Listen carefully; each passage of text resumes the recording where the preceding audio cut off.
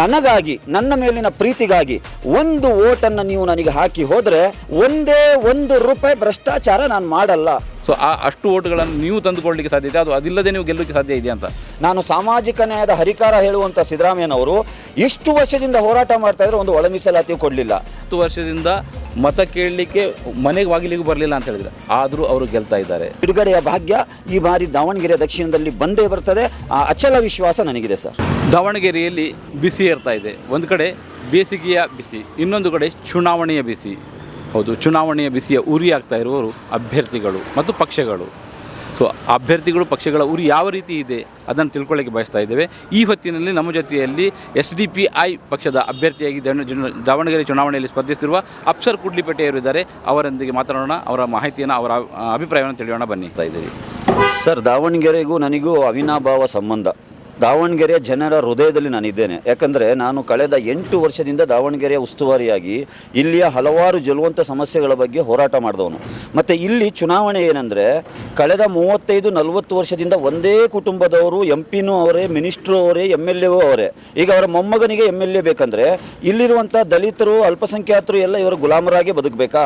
ಇದು ಈ ಸ್ವಾಭಿಮಾನದ ರಾಜಕಾರಣ ಇವತ್ತು ಈ ಬಾರಿ ಈ ಕ್ಷೇತ್ರದಲ್ಲಿ ಅಹಿಂದಾದ ಮತದಾರರು ತೋರಿಸ್ತಾರೆ. ಮತ್ತು ಕ್ಷೇತ್ರದ ವಿಚಾರ ತಗೊಂಡು ಬೆಳ್ಳಿ ಸ್ಪೂನಲ್ಲಿ, ಚಿನ್ನದ ಸ್ಪೂನ್ನಲ್ಲಿ ಊಟ ಮಾಡುವಂತಹ ವಿದೇಶದಲ್ಲಿ ಕಲಿತಂಥ ಒಬ್ಬ ಅಭ್ಯರ್ಥಿಯನ್ನು ತಂದು ಚುನಾವಣಾ ಇಳಿಸಿದ್ದಾರೆ. ಅವನಿಗೆ ಇಲ್ಲಿಯ ದುಡಿಯುವ ವರ್ಗದವರ ಜನರ ಸಮಸ್ಯೆನೇ ಗೊತ್ತಿಲ್ಲ. ಇಲ್ಲಿರುವಂಥ ಸಮಸ್ಯೆ ಏನು ಗೊತ್ತಾ ಸರ್? ಒಂದು ಇಂಜಿನಿಯರಿಂಗ್ ಕಾಲೇಜ್ ಇಲ್ಲ, ಒಂದು ಮೆಡಿಕಲ್ ಕಾಲೇಜ್ ಇಲ್ಲ, ಒಂದು ಈ ಕ್ಷೇತ್ರದಲ್ಲಿ ಮಲ್ಟಿ ಸ್ಪೆಷಾಲಿಟಿ ಹಾಸ್ಪಿಟ್ಲ್ ಇಲ್ಲ, ಒಂದು ಈ ಕ್ಷೇತ್ರದಲ್ಲಿ ಕೌನ್ಸಿಲಿಂಗ್ ಸೆಂಟರ್ ಇಲ್ಲ. ಎಲ್ಲವೂ ಇದೆ. ಎಲ್ಲಿದೆ? ನಾರ್ತಲ್ಲಿದೆ. ಯಾರ್ದಿದೆ ಅಂತ ಹೇಳಿದ್ರೆ ಇದೇ ಕುಟುಂಬದ್ದು. 2 ಮಾಫಿಯಾಗಳ ವಿರುದ್ಧದ ಹೋರಾಟ ಸರ್ ಇದು. ಒಂದು ಶಿಕ್ಷಣ ಮಾಫಿಯಾ, ಇನ್ನೊಂದು ಮೆಡಿಕಲ್ ಮಾಫಿಯಾ. 2 ಹಾಸ್ಪಿಟಲನ್ನು ಕಟ್ಸಿದ್ದಾರೆ ಇವರು. ಬೀಗ ಓಪನ್ ಮಾಡಲಿಲ್ಲ. ಇನಾಗ್ರೇಷನ್ಗೆ ಪುರ್ಸೊತ್ತು ಸಿಗಲಿಲ್ಲ ಪಾಪ ತಾತನಿಗೆ. ಈಗ ಮೊಮ್ಮನಿಗೆ ಯಾವಾಗ ಸಿಗುತ್ತೆ? ಇನ್ನು 50 ವರ್ಷ ಆದಮೇಲೆ ಸಿಗುತ್ತೋ ಗೊತ್ತಿಲ್ಲ. ಯಾಕೆ ಸಿಗಲಿಲ್ಲ ಅಂದರೆ, ಒಂದು ನಾರ್ಮಲ್ ಡೆಲಿವರಿಗೆ ಆದರೆ ಅಥವಾ ಒಂದು ಸಿಸರಿನ್ ಡೆಲಿವರಿ ಆದರೆ ಗೌರ್ಮೆಂಟ್ ಹಾಸ್ಪಿಟ್ಲಲ್ಲಿ ಒಂದು ಸ್ಪೆಷಲಿಸ್ಟ್ ಡಾಕ್ಟರ್ ಇದ್ದರೆ ಬಡವರು ಬದುಕ್ಬಿಡ್ತಾರೆ ಅಂತೇಳಿ ಇವರು ರೆಫರ್ ಮಾಡೋದು ಪ್ರೈವೇಟ್ ಹಾಸ್ಪಿಟ್ಲಿಗೆ. ಅದು ಯಾರ್ದು ಅಂದರೆ ಇದೇ ಕುಟುಂಬದ ಹಾಸ್ಪಿಟ್ಲು. 30,000-40,000 ರೂಪಾಯಿ ಕೊಡಬೇಕು. ಒಬ್ಬ ಆಟೋ ಡ್ರೈವರ್, ಒಬ್ಬ ಬಾಳೆಹಣ್ಣು ವ್ಯಾಪಾರ ಮಾಡೋನು, ಒಬ್ಬ ಸಣ್ಣ ಪುಟ್ಟ ಬಿಸ್ನೆಸ್ ಮಾಡೋನಿಗೆ 50,000 ಅವನ ಇಡೀ ಲೈಫಲ್ಲಿ ಅವನು ಬ್ಯಾಂಕ್ ಬ್ಯಾಲೆನ್ಸ್ ಇಡ್ಲಿಕ್ಕಾಗಲ್ಲ. ಯಾಕೆಂದರೆ ಇದು ಮಾಫಿಯಾ. ಈ ಹಾಸ್ಪಿಟ್ಲ್ ಓಪನ್ ಆದರೆ ಇವರ ಹಾಸ್ಪಿಟ್ಲ್ ಬಂದಾಗ್ತದೆ. ಸೇಮ್ ಶಿಕ್ಷಣದಲ್ಲೂ ಕೂಡ ಇಲ್ಲಿಂದ ನಮ್ಮ ಯುವಕರು ನಾರ್ತಿಗೆ ಹೋಗಬೇಕು ಕಾಲೇಜಿಗೆ. ಯಾಕೆ ಸರ್ಕಾರಿ ಒಂದು ಇಂಜಿನಿಯರಿಂಗ್ ಕಾಲೇಜ್ ತರಲಿಲ್ಲ? 50-60 ವರ್ಷದಲ್ಲಿ ಇವರಿಗೆ ಓಟ್ ಕೊಡ್ತಾ ಬಂದ್ರಲ್ಲ. ನಾನು ಈ ಬಾರಿ ಏನು ಭರವಸೆ ಕೊಡಲ್ಲ, ಈ ಕ್ಷೇತ್ರದ ಜನರ ಆರ್ಥಿಕ, ಶೈಕ್ಷಣಿಕ, ಸಾಮಾಜಿಕ ಮಟ್ಟ ಸುಧಾರಣೆ ಮಾಡಲಿಕ್ಕೆ ಕೋಟಿಗಟ್ಟಲೆ ಅನುದಾನ ಬರ್ತದೆ ಸರ್. ಎಲ್ಲೂ ಹೋಯ್ತು ಹಾಗಾದರೆ ಅನುದಾನ? ನಾನು ಹುಡುಕ್ತಾ ಇದ್ದೀನಿ ದುರ್ಬೀನ್ ಹಾಕಿ. 20 ಹಳ್ಳಿಗಳಿದೆ. 20 ಹಳ್ಳಿಗಳಿಗೆ ನಾನು ಸಂಚಾರ ಮಾಡಿದೆ. ಇದುವರೆಗೆ ಅಭ್ಯರ್ಥಿ ಮತಯಾಚನೆಗೆ ಬಂದಿಲ್ವಂತೆ ಸರ್ ಇತಿಹಾಸದಲ್ಲಿ. 40 ವರ್ಷದಲ್ಲಿ ಮನೆ ಮನೆಗೆ ಪ್ರಚಾರಕ್ಕೆ ಹೋಗಿಲ್ವಂತೆ. ನಾನು ಹೋದಾಗ ಅವರು ಆಶ್ಚರ್ಯವಾಗಿ ನೋಡ್ತಾ ಇದ್ದಾರೆ. ನೀವು ಯಾರು? ಅಲ್ಲ, ನಾನು ಈ ಬಾರಿ ಅಭ್ಯರ್ಥಿ. ಹೌದಾ? ಇದುವರೆಗೆ ಯಾರು ಅಭ್ಯರ್ಥಿ ಬರಲೇ ಇಲ್ವ ನಮ್ಮ ಮನೆಗೆ ಅಂತೇಳಿ. ಅಂದರೆ ಒಂದು ರಾಜ ಮನೆತನದ ಒಂದು ಡೈನೆಸ್ಟಿ ಮಾಡ್ಕೊಂಡಿದ್ರು ಇವರು. ಇವ್ರ ಮನೆಯಲ್ಲಿ ಕೂತ್ಕೊಂಡು ಇವರಿಗೆ ಓಟ್ ಹಾಕ್ತಾ ಇದ್ದಿದ್ದು. ಈ ಬಾರಿ ಇಲ್ಲಿಯ ಮತದಾರರು ಡಾಕ್ಟರ್ ಬಾಬಾ ಸಾಹೇಬ್ ಅಂಬೇಡ್ಕರ್ ಹೇಳಿದಾಗೆ ಇದು ಏನು ಶಿಕ್ಷಣ ಎಂಬುದು ಹುಲಿಯ ಹಾಲಿದ್ದಂತೆ, ಇದನ್ನು ಕುಡಿದು ಅವನು ಗರ್ಜಿಸಲೇಬೇಕು ಅಂತ ಏನು ಹೇಳಿದ್ದಾರೆ. ನಾನಿವತ್ತು ಈ ಕ್ಷೇತ್ರದ ಜನರ ಪರವಾಗಿ ಗರ್ಜಿಸ್ತಾ ಇದ್ದೇನೆ. ಎಲ್ರಿಗೂ ಅರ್ಥ ಆಗಿದೆ. ಈ ಬಾರಿ ಒಂದು ಬದಲಾವಣೆಯನ್ನು ಬಯಸ್ತಾ ಇದ್ದಾರೆ. ಮತ್ತು ಈ ಭಾಗದಲ್ಲಿ ಸುಮಾರು 29,000 ದಲಿತ ಮತಗಳಿವೆ ಸರ್, 86,000 ಅಲ್ಪಸಂಖ್ಯಾತ ಮತಗಳಿವೆ, 5,000 ಕ್ರಿಶ್ಚಿಯನ್ ಮತಗಳಿವೆ. ದಲಿತ ಸಹೋದರರ ಒಳ ಮೀಸಲಾತಿ ಹೋರಾಟಕ್ಕೆ ನಾನು ಬೆಳಗಾವಿಗೆ, ಉಡುಪಿಯಿಂದ ಸುಮಾರು 10 ಜಿಲ್ಲೆಗಳ ಅಂಬೇಡ್ಕರ್ ಯಾತ್ರಾದ ಜಾಯಿಂಟ್ ಕನ್ವೀನರ್ ಆಗಿದ್ದೆ. ನನ್ನ ಮೇಲೆ 2 ಕೇಸ್ ಬಿದ್ದಿದೆ. ಉಡುಪಿ ಸ್ಟೇಷನಲ್ಲಿ, ಬಂಟ್ವಾಳದಲ್ಲಿ 2 ಕೇಸು. ನಾನೇನು ರೇಪ್ ಮಾಡಲಿಲ್ಲ, ಕೊಲೆ ಮಾಡಲಿಲ್ಲ. ಒಳ ಮೀಸಲಾತಿ ಕೇಳಿದ್ರೆ ಎಂಬ ಕಾರಣಕ್ಕೆ ನನ್ನ ಮೇಲೆ ಕೇಸ್ ಆಗಿದೆ. ಇದೆಲ್ಲವೂ ಜನರು ಗಮನಿಸ್ತಾ ಇದ್ದಾರೆ. ನೋಡಿ, ನಮ್ಮ ಸಹೋದರರು ಇದ್ದಾರೆ, ನನ್ನ ಹೋರಾಟವನ್ನು ಗುರುತಿಸಿ ಅವರು ಬೆಂಬಲ ನೀಡ್ತೀವಿ ಅಂತ ಹೇಳಿ ನನ್ನೊಟ್ಟಿಗಿದ್ದಾರೆ. ಇಂತಹ ಕೆಲಸ ದಲಿತ ಸಮುದಾಯದಲ್ಲಿ ಅಂಡರ್ ಕರೆಂಟ್ ಆಗಿ ಕೆಲಸ ಮಾಡ್ತಾ ಇದೆ. ಈಗಾಗಲೇ ದಲಿತ ಪರ ಹೋರಾಟಗಾರರು, ಒಳ ಮೀಸಲಾತಿ ಹೋರಾಟಗಾರರು ಕಾಂಗ್ರೆಸ್ಗೆ ಪಾಠ ಕಲಿಸಬೇಕಂತ ನಿರ್ಣಯ ತಗೊಂಡಿದ್ದಾರೆ. ಯಾಕಂದರೆ ಅವರಿಗೆ ಚಾಕ್ಲೇಟು, ಬಿಸ್ಕೆಟು ಕೊಡ್ತಾ ಬರ್ತಾ ಇದ್ದಾರೆ ಸಿದ್ದರಾಮಯ್ಯನವರು. ನಾನು ಸಾಮಾಜಿಕ ನ್ಯಾಯದ ಹರಿಕಾರ ಹೇಳುವಂಥ ಸಿದ್ದರಾಮಯ್ಯನವರು ಇಷ್ಟು ವರ್ಷದಿಂದ ಹೋರಾಟ ಮಾಡ್ತಾ ಇದ್ರೆ ಒಂದು ಒಳ ಮೀಸಲಾತಿಯೂ ಕೊಡಲಿಲ್ಲ. ಹಾಗಾಗಿ ಈ ಕ್ಷೇತ್ರದಲ್ಲಿ ಅಹಿಂದ ವರ್ಗದ ಧ್ವನಿಯಾಗಿ ನಾನು ಈ ಬಾರಿ ವಿಧಾನಸಭಾ ಕ್ಷೇತ್ರದ ಉಪಚುನಾವಣೆಯಲ್ಲಿ ಕಂಟೆಸ್ಟ್ ಮಾಡಿದ್ದೇನೆ. ನಾನು ಯಾವ ಗಲ್ಲಿಗೆ ಹೋದರೂ ಸರ್, ನೀವು ಹೋಗಿ ಗ್ರೌಂಡ್ ರಿಪೋರ್ಟ್ ತಗೊಳ್ಳಿ. ಈ ಬಾರಿ ನಾವು ಡಿಸೈಡ್ ಮಾಡಿದ್ದೇವೆ, ನೀವು ಚಿಂತನೆ ಮಾಡಬೇಡಿ. ನಿಮ್ಮ ಚುನಾವಣಾ ಗುರುತು ಏನು ಹೇಳಿ ಅಷ್ಟಕ್ಕೆ ಮಾತ್ರ ಸಾಕು. ನಮಗೇನು ನಿಮ್ಮ ವಿಚಾರಗಳು ಹೇಳಬೇಡಿ. ನಾವು ಮೀಡಿಯಾದಲ್ಲಿ ನಿಮ್ಮನ್ನು ನೋಡ್ತಾ ಇದ್ವಿ, ನಮ್ಮ ಗಲ್ಲಿಗೆ ನೀವು ಬಂದಿದ್ದೀರಾ, ನಮ್ಮ ಓಟು ಕನ್ಫರ್ಮ್ ಅಂತ ಹೇಳ್ತಾ ಇದ್ದಾರೆ. ನಾನಿದು ಏನು ಏನೋ ಒಂದು ಎಕ್ಸಾಗ್ರೇಟ್ ಆಗಿ ಹೇಳ್ತಾ ಇಲ್ಲ, ನಾನು ಪ್ರಾಕ್ಟಿಕಲ್. ಆದರೆ ನಾನು ಆಕಾಶದಲ್ಲಿಲ್ಲ, ನಾನು ಜನರ ನಡುವಿನಿಂದ ಬಂದವನು ಹೋರಾಟದಲ್ಲಿ. ಇದು ಓಟಾಗಿ ಕನ್ವರ್ಟ್ ಆಗಲಿಕ್ಕೆ ಇನ್ನೂ 1-2-3 ಡೇಸ್ ಹಿಡಿಯುತ್ತೆ. ಆ ಮೆಕ್ಯಾನಿಕಲ್ ಕೆಲಸವನ್ನು ನಮ್ಮ ಕಾರ್ಯಕರ್ತರು ಮಾಡ್ತಾ ಇದ್ದಾರೆ. ರಾಜ್ಯದ ಹಲವಾರು ಹೋರಾಟಗಾರರು ನನಗೆ ಬೆಂಬಲವನ್ನು ಘೋಷಿಸಿದ್ದಾರೆ. ಫೀಲ್ಡಿಗೆ ಬಂದು ವಾಲಂಟಿಯರ್ ಆಗಿ ಕೆಲಸ ಕೂಡ ಮಾಡ್ತಾ ಇದ್ದಾರೆ. ಭಾಳ ಉತ್ತಮ ಅವಕಾಶಗಳಿವೆ. ಆ ಭಗವಂತನ ಆಶೀರ್ವಾದ, ನಮ್ಮ ಎಲ್ಲ ಸಹೋದರರ ಆಶೀರ್ವಾದ ಇದ್ದರೆ ವಿಧಾನಸಭೆಯಲ್ಲಿ ಪ್ರಪ್ರಥಮ ಬಾರಿಗೆ 40 ವರ್ಷದ ಗುಲಾಮಿ ರಾಜಕಾರಣದ ಬಿರುಗಡೆಯ ಭಾಗ್ಯ ಈ ದಕ್ಷಿಣ ವಿಧಾನಸಭಾ ಕ್ಷೇತ್ರದ ಮತದಾರರಿಗೆ ಸಿಗಲಿಕ್ಕಿದೆ. ನೀವು ಈಗಲೇ ಸ್ಪಷ್ಟಪಡಿಸಿದ್ರಿ 40 ವರ್ಷಗಳಿಂದ ಇಲ್ಲಿ ಏನೂ ಸಿಗಲಿಲ್ಲ ಅಂತ, ಹಾಸ್ಪಿಟ್ಲ್ ಇಲ್ಲ, ಅದು ಇಲ್ಲಗಳ ದೊಡ್ಡ ಪಟ್ಟಿಯನ್ನೇ ಕೊಟ್ಟರಿ. ಅದರ ಹೊರತಾಗಿ 40 ವರ್ಷದಿಂದ ಮತ ಕೇಳಲಿಕ್ಕೆ ಮನೆಗೆ ಬಾಗಿಲಿಗೂ ಬರಲಿಲ್ಲ ಅಂತ ಹೇಳಿದರೆ, ಆದರೂ ಅವರು ಗೆಲ್ತಾ ಇದ್ದಾರೆ. ಸೊ ಇದರ ಅರ್ಥ ನಿಮ್ಮ ಈ ಪ್ರಯತ್ನ ಅಂದರೆ ಅವ್ರಿಗೆ ಗೆಲ್ಲಿಸಲಿಕ್ಕೆ ಜನ ರೆಡಿ ಇದ್ದಾರೆ, ನಿಮ್ಮ ಪ್ರಯತ್ನ ವ್ಯರ್ಥ. ಏನಂದರೆ ಸರ್, ಪ್ರತಿಯೊಂದು ಬದಲಾವಣೆಗಳು ಕೂಡ ಕಾಲ ನಿರ್ಧರಿತ ಆಗ್ತದೆ. ಕಾಲಚಕ್ರ ಒಂದೇ ರೀತಿ ಇರಲ್ಲ, ಅದು ತಿರುಗ್ತಾ ಇರ್ತದೆ. ಒನ್ಸ್ ಅಪಾನ್ ಎ ಟೈಮ್ ಈ ದೇಶದಲ್ಲಿ 560 ಆಳರಸರಿದ್ರು ಸರ್. ಎಲ್ಲರೂ ಅವರವರಿಗೆ ಬೇಕಾದಂಥ ಪಾಳೆಗಾರರು, ಪೈಲ್ವಾನರು ಮತ್ತು ಡೈನೆಸ್ಟಿ ಮಾಡ್ಕೊಂಡು ಇಟ್ಕೊಂಡಿದ್ರು. ಬ್ರಿಟಿಷರು ಬಂದರು ಏನು ಮಾಡಿದರು? ಎಲ್ಲರನ್ನೂ ಗುಲಾಮತನಕ್ಕೆ ತಳ್ಳಿಲ್ವಾ? ನಂತರ ಏನಾಯಿತು? 200 ವರ್ಷಗಳ ಫ್ರೀಡಮ್ ಸ್ಟ್ರಗಲ್ ನಂತರ ನಾವೆಲ್ಲರೂ ಸೇರಿ ಬ್ರಿಟಿಷ್ಗೆ ಹೊರದಬ್ಲಿಲ್ವಾ? ಬದಲಾವಣೆ ಕಾಲದ ಅವಶ್ಯಕತೆ, ಈ ಜಗದ ನಿಯಮ. ಆ ಬದಲಾವಣೆಯ ಗಾಳಿ ಈಗ ಬೀಸ್ತಾ ಇದೆ. ಪರ್ಯಾಯಕ್ಕಾಗಿ ಹಾತೊರಿತಾ ಇದ್ರು. ಇನ್ನು ನಿಮ್ಮ ಆಟ ನಡೆಯಲ್ಲ. ಮನೆಯಲ್ಲಿ ಕೂತ್ಕೊಂಡು AC ಆಫೀಸಲ್ಲಿ ಕೂತ್ಕೊಂಡು ನಿಮಗೆ ಬಂದು ಎನ್ಮಾಸಾಗಿ ಓಟ್ ಕೊಡ್ತಾ ಇದ್ರಲ್ಲ, ಅವರ ವಿರುದ್ಧ ಪ್ರತಿಭಟನೆ ನಡೀತಾ ಇವೆ ಸರ್. ನಾನು ಹೇಳಿ ಮಾಡಿಸ್ತಾ ಇರೋದಂಥದ್ದಲ್ಲ, ಅವರ ವಿರುದ್ಧ ಪ್ರತಿಭಟನೆಗಳು ಅವರೇ ಪಕ್ಷದ ಕಾರ್ಯಕರ್ತರು ಮಾಡ್ತಾ ಇದ್ದಾರೆ. ಅಂದರೆ ಇದು ಬದಲಾವಣೆಯ ಬಿರುಗಾಳಿ ಬೀಸ್ತಾ ಇದೆ. ಈ ಬಾರಿ ಆ ಆಟ ನಡೆಯಲ್ಲ. ಈ ಬಾರಿ ಒಂದು ಬದಲಾವಣೆ ಬಂದೇ ಬರ್ತದೆ. ಇಲ್ಲಿ ಮುಸ್ಲಿಮರಿಗೆ ಆದ್ಯತೆ ಕೊಡಬೇಕಂತ ಒಂದು ದೊಡ್ಡ ಬೇಡಿಕೆ ಎದ್ದಿತ್ತು. ಸೊ ಆ ಬೇಡಿಕೆ ಈಗ ತಣ್ಣಗಾಗಿದೆ. ಆ ಬೇಡಿಕೆಗೆ ಧ್ವನಿ ಕಾಡಿ ಅಡಿಗೆ ಹೋಗಿದೆ. ಅದರ ಮಧ್ಯದಲ್ಲಿ ನಾನು ಮುಸ್ಲಿಮರ ಪ್ರತಿನಿಧಿ ಅಂತ ಹೇಳ್ಕೊಂಡಂಥ ಸಾದಿಕ್ ಪೈಲ್ವಾನ್ರವರು ಈಗ ಮೀರ್ ಸಾದಿಕ್ ಅಂತ ಒಂದು ಹೆಸರು ಪಡ್ಕೊಳ್ತಾ ಇದ್ದಾರೆ. ಸೊ ಅವರು ಈ ಫೀಲ್ಡಿನಿಂದ ಹೊರಗೆ ಹೋಗಿದ್ದು ನಿಮಗೆ ಪ್ರಯೋಜನ ಆಗ್ತಾ ಇದೆಯಾ? ಎಷ್ಟರ ಮಟ್ಟಿಗೆ? ನನಗೇನು ಹೇಳ್ತೀವಿ ಅಂದರೆ, ನಂದು ಗೆಲುವಿನ ಅಂತರ ಹೆಚ್ಚಾಗ್ತಾ ಇದೆ ಅಂತ ಹೇಳ್ತಾ ಇದ್ದೀನಿ ನಾನು. ನಮ್ಮ ಕಾರ್ಯಕರ್ತರ ಐಡಿಯಾಲಜಿಕಲ್ ಬೇಸ್ ಒಂದು ಕಡೆ, ನನ್ನ ವೈಯಕ್ತಿಕ ಹೋರಾಟದ ವೋಟ್ ಬೇಸ್ ಒಂದು ಕಡೆ, ನಮ್ಮ ಬೇರೆ ಬೇರೆ ಕನ್ನಡ ಪರ ಸಂಘಟನೆಗಳು, ದಲಿತ ಪರ, ಮಹಿಳಾ ಪರ, ರೈತ ಪರ ಸಂಘಟನೆಗಳೊಟ್ಟಿಗೆ ನಾನು ರಾಜ್ಯ ಮಟ್ಟದ ಹೋರಾಟದಲ್ಲಿ ಭಾಗವಹಿಸಿದ ಕಾರಣ ಅವರ ಫಾಲೋವರ್ಸ್ಗಳ ವೋಟ್ಗಳು ಒಂದು ಕಡೆ ಇತ್ತು. ಈಗ ಈ ಕಾಂಗ್ರೆಸ್ಸಿಂದ ಈ ಪೈಲ್ವಾನ್ರವರ ಪೈಲ್ವಾನ್ಗಿರಿ ತೋರಿಸಿದ ನಂತರದ ಓಟುಗಳಿವೆಯಲ್ಲ, ಇದು ಸರ್ಪ್ಲಸ್ ಆಗಿ ನನಗೆ ಬರ್ತಾ ಇದೆ. ಪಾಪ ಈ ಕಾಂಗ್ರೆಸ್ ಇತಿಹಾಸದಲ್ಲಿ ಇದನ್ನೇ ಮಾಡಿದ್ದು. ಯಾರೋ ಒಬ್ಬರನ್ನ ಇಬ್ಬರನ್ನ ಸಾಕಿ ಸಲಹಿ ಇಡೀ ಜೀವಮಾನ ಅವರ ಗುಲಾಮತನದಿಂದ ಅವರನ್ನು ದುಡಿಸ್ಕೊಳ್ತದೆ. ಅವರಿಗೆ ಹಕ್ಕುಗಳು ಕೊಡಲಿಕ್ಕೆ ಬಂದಾಗ ಇಡೀ ಸಮುದಾಯದವನ್ನು ಒಬ್ಬರನ್ನ ಮುಂದಿಟ್ಟು ಅಡ ಇಟ್ಟು ಅವರನ್ನು ಖರೀದಿ ಮಾಡಿ ಅಲ್ಲಿಗೆ ಮುಗಿಸ್ತದೆ. ಇದು ಮೊದಲನೇ ಪೈಲ್ವಾನರಲ್ಲ. ಇಡೀ ದೇಶದಲ್ಲಿ ಎಷ್ಟೋ ಪೈಲ್ವಾನರನ್ನ ಈಗಾಗಲೇ ಕಾಂಗ್ರೆಸ್ ಈ ರೀತಿಯ ಮಂಕುಬೂಜಿ ಎರ್ಸಿದೆ. ಇವ್ರಿಗಿನ್ನೂ ಬುದ್ಧಿ ಬರಲಿಲ್ಲ. ಆದರೆ ಮತದಾರರು ಇವತ್ತು ಜಾಗೃತರಾಗಿದ್ದಾರೆ. ಮತದಾರರು ಇವತ್ತು ಯಾವ ರೀತಿ ಇವರಿಗೆ ಪಾಠ ಕಲಿಸಬೇಕು ಅಂತೇಳಿ ತೀರ್ಮಾನ ಮಾಡಿದ್ದಾರೆ ಸರ್. ಸೊ ನೀವು ಅಂಡರ್ ಕರೆಂಟ್ ಕೆಲಸ ಮಾಡ್ತಾಯಿದ್ದೀವಿ ಅಂತ ಹೇಳಿದ್ರಿ. ನಾವು ಕೂಡ ಅದು ಪ್ರಯತ್ನ ಮಾಡಿದ್ದೇವೆ, ನಾವು ಹೋಗಿ ನೋಡಿದ್ದೇವೆ. ಸೊ ಇಲ್ಲಿ ಯಾರು ನಿಂತಿದ್ದಾರೆ, ಯಾರು ಸ್ಪರ್ಧೆ ಮಾಡ್ತಾಯಿದ್ದಾರೆ, ಅವ್ರು ಯಾರಿಗೂ ಬೇಕಾಗಿಲ್ಲ. ಇಲ್ಲಿ ಕೇಳ್ತಾ ಇರೋದು, ನಾನು ಇಂದಿರಾ ಗಾಂಧಿ ಪಾರ್ಟಿಗೆ ಮತ ಹಾಕ್ತೇನಪ್ಪ, ನಮಗೆ ಒಂದು ಗೊತ್ತಿರೋದು ಒಂದೇ ಇದು ಗುರುತು ಅಂತ ಹೇಳುವ ಜನರು ಇಲ್ಲಿ ಹೆಚ್ಚಿನ ಸಂಖ್ಯೆಯಲ್ಲಿ ಸಿಗ್ತಾ ಇದ್ದಾರೆ. ಸೊ ಅಂಥವರನ್ನು ಪರಿವರ್ತಿಸುವುದು ಈಗ ಒಂದು 8-10 ದಿನದಲ್ಲಿ ಸಾಧ್ಯ ಇದೆಯಾ? ನೋಡಿ ಸರ್, ಈ 86,000 ವೋಟರ್ಸ್ ಏನಿದ್ದಾರೆ ಅಲ್ಪಸಂಖ್ಯಾತರದು, ಅದರಲ್ಲಿ ಹೆಚ್ಚು ಕಡಿಮೆ 40-42,000 ಮಹಿಳಾ ಮತದಾರರು ಬರ್ತಾರೆ. ಬಾಕಿ ಇರುವಂಥ 40,000 ಮತದಾರರಲ್ಲಿ ಈ ಓಲ್ಡ್ ಏಜ್ ಅಂತ ಏನು ಹೇಳ್ತೇವೆ, ಅವರು ಆ ಇಂದಿರಾ ಗಾಂಧಿ ಕಾಲಘಟ್ಟದಿಂದ ಬಂದಿರುವಂಥವ್ರು. ಇದು ಟೆಕ್ನಾಲಜಿ ಯುಗ, ಇದು ಚಾಟ್ GPT ಯುಗ, ಈಗ AI ಯುಗ. ಈಗ ಗೂಗಲ್ ಔಟ್ಡೇಟೆಡ್ ಆಗಿದೆ. ಬೆರಳ ತುದಿಯಲ್ಲಿ ಪ್ರಪಂಚ ಸುತ್ಕೊಂಡು ಬರ್ತಾ ಇದ್ದಾರೆ ಎಲ್ಲರೂ. ಇವತ್ತು ಯುವಕರು, ಒಬ್ಬೊಬ್ಬ ಮನೆಯಲ್ಲಿ ಒಬ್ಬೊಬ್ಬ ಯುವಕ ಈ ಬಗ್ಗೆ ಅವರಿಗೆ ಅವೇರ್ನೆಸ್ ಮಾಡ್ತಾ ಇದ್ದಾನೆ. ಇದು ಅಂಧ ಕಾಲ ಅಲ್ಲ, ಇದು ಇಂದ ಕಾಲ. ಒನ್ಸ್ ಅಪಾನ್ ಎ ಟೈಮ್ ಇದೇ ಕಾಂಗ್ರೆಸ್ ಪಕ್ಷ 400+ ಪಾರ್ಲಿಮೆಂಟೇರಿಯನ್ ಇರ್ತಾ ಇದ್ರು ಪಾರ್ಲಿಮೆಂಟಲ್ಲಿ. ಆಫ್ಟರ್ 1992 ಒಂದು 0 ಕಡಿಮೆ ಆಯಿತು, ಅದರಲ್ಲಿ 40ಕ್ಕೆ ಬಂದಿತ್ತು. ಈ ಬಾರಿ ಏನೋ ರಾಹುಲ್ ಗಾಂಧಿ ಸ್ವಲ್ಪ ಬಾಡಚಲೋ ಅದೇನೋ ಮಾಡಿ 89ಕ್ಕೆ ತಗೋಗಿದ್ದಾರೆ. ಇಲ್ಲಿರುವಂಥ ಯುವಕರು ಒಂದು ಬದಲಾವಣೆಯನ್ನು ಬಯಸ್ತಾ ಇದ್ದಾರೆ.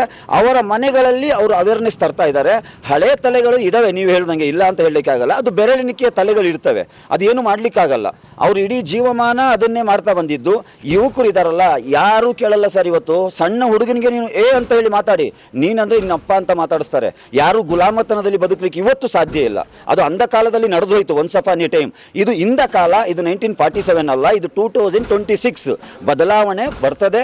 ಪ್ರತಿ ಮನೆಯಲ್ಲೂ ಸ್ಮಾರ್ಟ್ ಫೋನ್ಗಳಿವೆ, ಪ್ರತಿ ಮನೆಯಲ್ಲೂ ಯುವಕರಿದ್ದಾರೆ. ಅವರು ಬದಲಾವಣೆಯನ್ನು ತಂದೆ ತರ್ತಾರೆ ಅವರವರ ಮನೆಯಲ್ಲಿ. ನೀವು ಹೇಳಿದ ಹಾಗೆ ಒಂದು ಹಿರಿಯರು ಅಂತ ಹೇಳಿದವರು ಕಾಂಗ್ರೆಸ್ಸಿಗೆ ಅಂತ ಹೇಳಿದ್ರು ಕೂಡ ಇಲ್ಲಿ 85,000 ಓಟುಗಳ 20,000ದಷ್ಟು ಓಟುಗಳು ಹೊರಗೆ ಇದ್ದಾವೆ. ಅಂದರೆ ಇಲ್ಲಿ ನೆಲೆಸಿಲ್ಲ ಅವರು ಕಾರಣಕ್ಕಾಗೂ ಬೇರೆ ಯಾವುದೋ ಕಾರಣಕ್ಕಾಗೂ ಹೊರಗಿದ್ದಾರೆ. ಸೊ ಅವರಲ್ಲಿ ಒಂದಿಷ್ಟು ಜನ ಬರುವುದು ಆಮಿಷಕ್ಕೆ ಒಳಗಾಗಿ ಮಾತ್ರ ಎನ್ನುವ ಆರೋಪ ಇದೆ. ಅದರ ಹೊರತಾಗಿ ಅವರನ್ನು ತರಲಿಕ್ಕೆ ನಿಮಗೆ ಸಾಧ್ಯ ಇಲ್ಲ. ಸೊ ಅಷ್ಟು ಓಟುಗಳನ್ನು ನೀವು ತಂದುಕೊಳ್ಳಲಿಕ್ಕೆ ಸಾಧ್ಯ ಇದೆ, ಅದಿಲ್ಲದೆ ನೀವು ಗೆಲ್ಲಲಿಕ್ಕೆ ಸಾಧ್ಯ ಇದೆ ಅಂತ. ಸರ್, ನಮ್ಮ ಕ್ಯಾಲ್ಕುಲೇಷನ್ನು ಕ್ಲಿಯರ್ ಆಗಿದೆ ಸರ್. ನಾವು ಬೂತ್ ಮಟ್ಟದಲ್ಲಿ ಕೆಲಸ ಮಾಡೋರು. SDPI ಇತಿಹಾಸ ಕೇಡರ್ ಬೇಸ್ ಆದ ಕಾರಣ ನಾವು ಮ್ಯಾಕ್ರೋ ಕೆಲಸ ಮಾಡಲ್ಲ, ಮೈಕ್ರೋ. ನಮ್ಮ ಹತ್ರ ಯಾವ ವಾರ್ಡಲ್ಲಿ ಯಾವ ಗಲ್ಲಿಯಲ್ಲಿ ಯಾರು ಇನ್ ಸ್ಟೇಷನಲ್ಲಿದ್ದಾರೆ, ಯಾರು ಚಿತ್ರದುರ್ಗದಲ್ಲಿದ್ದಾರೆ, ಯಾರು ಹುಬ್ಬಳ್ಳಿಯಲ್ಲಿದ್ದಾರೆ, ಯಾರು ಅಮೇರಿಕಾದಲ್ಲಿದ್ದಾರೆ, ಪರ್ಟಿಕ್ಯುಲರ್ ಡಾಟಾ ಉಂಟು. ನಮ್ಮ ವರ್ಕೌಟ್ ಆಗ್ತಾ ಇದೆ. ಅದು ನಮ್ಮ ಸ್ಟ್ರಾಟರ್ಜಿ. ನೀವು ಪ್ರಶ್ನೆ ಕೇಳಿದ್ರಿ, ನಾನು ಹೇಳ್ತಾ ಇದ್ದೀನಿ. ನಮಗೆ ಗೊತ್ತುಂಟು ಅವರನ್ನು ಯಾವ ರೀತಿ ಕರೆಸಬೇಕು. ನಾವು ಹಣ ಅಂತೂ ಕೊಡಲ್ಲ ಅವರಿಗೆ. ನಮ್ಮ ಪಕ್ಷದ ಸಿದ್ಧಾಂತ, ನನ್ನ ಅಭ್ಯರ್ಥಿಯ ಮೇಲಿನ ಅವರ ಪ್ರೀತಿ ಅವರನ್ನು ಇಲ್ಲಿಗೆ ಕರೆತರುವಂತೆ ಮಾಡುತ್ತೆ.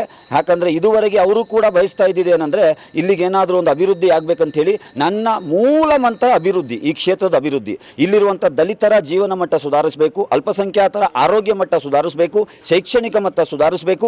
ನೋಡಿ ಸರ್, ಇಲ್ಲಿ ಸ್ಮಾರ್ಟ್ ಸಿಟಿಯ ಫಂಡ್ ಬಂದಿದೆ, ಕೋಟಿಗಟ್ಟಲೆ ಫಂಡು. ಎಲ್ಲಿಗೆ ಹೋಗಿದೆ? ಎಲ್ಲ ನಾರ್ತಿಗೆ ಹೋಗಿದೆ. ಹಾಗಾದರೆ ಸೌತಿಗೆ ಯಾರು ಕೇಳೋರಿಲ್ವಾ? ಇವ್ರು ಕೇಳಲೂ ಇಲ್ಲ, ಅವ್ರು ಮಾಡಲೂ ಇಲ್ಲ. ಹಾಗಾಗಿ ಈ ಗಂಡ ಹೆಂಡತಿ ಜಗಳದಲ್ಲಿ ಕೂಸುಬಡವಾಗಿದೆ. ಈ ಕ್ಷೇತ್ರದ ಜನರು ಪರಿತಪಿಸ್ತಾ ಇದ್ದಾರೆ. ಈ ಬಾರಿ ಔಟ್ ಸ್ಟೇಷನ್ ವೋಟರ್ಸ್ ಯಾರಿದ್ದಾರೆ, ನಾನು ವಿನಂತಿ ಮಾಡ್ತಾ ಇದ್ದೀನಿ ನಿಮ್ಮ ವಾಹಿನಿ ಮುಖಾಂತರ, ನನ್ನ ಧ್ವನಿ ನಿಮಗೆ ತಲುಪಿದರೆ. ಯಾಕಂದರೆ ಸನ್ಮಾರ್ಗ ನ್ಯೂಸ್ ಅಂತ ಹೇಳಿದರೆ ವರ್ಲ್ಡ್ ವೈಡು ನಿಮ್ಮ ವ್ಯೂವರ್ಸ್ ಇದ್ದಾರೆ, ಕೇವಲ ಇಂಡಿಯಾದಲ್ಲ, ವರ್ಲ್ಡ್ ವೈಡ್ ಇದ್ದಾರೆ, ಗಲ್ಫ್ ಕಂಟ್ರಿಯಲ್ಲಿದ್ದಾರೆ. ನನಗಾಗಿ, ನನ್ನ ಮೇಲಿನ ಪ್ರೀತಿಗಾಗಿ ಒಂದು ವೋಟನ್ನು ನೀವು ನನಗೆ ಹಾಕಿ ಹೋದರೆ ನಾನು ಗೆಲ್ತೀನಲ್ಲ, ನನ್ನ ಗೆಲುವನ್ನು ನಿಮಗೆ ನಾನು ಸಮರ್ಪಣೆ ಮಾಡ್ತೇನೆ, ನಿಮ್ಮ ಕ್ಷೇತ್ರದ ಅಭಿವೃದ್ಧಿಗೆ ಸಮರ್ಪಣೆ ಮಾಡ್ತೇನೆ. ಒಂದೇ ₹1 ಭ್ರಷ್ಟಾಚಾರ ನಾನು ಮಾಡಲ್ಲ. ಇದು ನನ್ನ ಅಶ್ಯೂರೆನ್ಸ್. ₹1 ಭ್ರಷ್ಟಾಚಾರ ನಾನು ಮಾಡಲ್ಲ. ಎಷ್ಟೇ ಅನುದಾನ ಬಂದರೂ ಕ್ವಾಲಿಟಿ ರೋಡ್ಸ್ಗಳಾಗಬೇಕು, ಕ್ವಾಲಿಟಿ UGD ಸಿಸ್ಟಮ್ ಆಗಬೇಕು, ಕ್ವಾಲಿಟಿ ವರ್ಕ್ ಆಗಲಿಕ್ಕೆ ನಾನು ಪ್ರಯತ್ನ ಪಡ್ತೇನೆ. ಮತ್ತೊಂದು, ನೀವು ಗಂಡ ಹೆಂಡತಿ ಜಗಳ ಅಂತ ಹೇಳಿದ್ರಿ, ಅಂದರೆ ಇಲ್ಲಿ ಉತ್ತರ ದಕ್ಷಿಣ ಕ್ಷೇತ್ರಗಳ ಬಗ್ಗೆ. ಸೊ ಅದನ್ನು ಯಾವ ರೀತಿ ಹೇಳ್ತಾ ಇರೋದು, ಯಾವ ಉದ್ದೇಶ ಇಟ್ಕೊಂಡು ಹೇಳ್ತಾ ಇರೋದು? ಸರ್, ಇಲ್ಲಿ ಏನಾಗಿದೆ, ಓಪನ್ ಆಗಿ ಹೇಳಬೇಕಂದ್ರೆ, ಒಂದು ಕುಟುಂಬದವ್ರು ಏನು ಅಂದ್ಕೊಂಡಿದ್ರು ಅಂತ ಹೇಳಿದ್ರೆ, ನಾವು ಇದೇ ರೀತಿ ಜೀವನ ಮಾಡಿಕೊಂಡು ಕೊನೆಯವರೆಗೆ ಹೋಗ್ತೀವಿ ಅಂತ ಬಯಸಿದ್ರು. ಈಗ ಏನಾಗಿದೆ, ಕಾಲ ಬದಲಾಗಿ ಅವರ ಕಾಲ ಬುಡ ಅಲ್ಲಾಡಲಿಕ್ಕೆ ಪ್ರಾರಂಭ ಆದಾಗ ಅವ್ರು ಏನು ಮಾಡಬೇಕು ಗೊತ್ತಾಗ್ತಾ ಇಲ್ಲ. ಹಾಗಾಗಿ ಏನು ಮಾಡ್ತಾ ಇದ್ದಾರೆ, ಅವರು ಈಗ ಅಭ್ಯರ್ಥಿಯನ್ನು ಗಲ್ಲಿಗೆ ಕರ್ಕೊಬರ್ತಾ ಇದ್ದಾರೆ. ಆದರೆ ಜನರು ಮೂರ್ಖರಲ್ಲ ಸರ್. ಜನರು ನೋಡ್ತಾ ಇದ್ದಾರೆ, ಅಬ್ಸರ್ವ್ ಮಾಡ್ತಾ ಇದ್ದಾರೆ.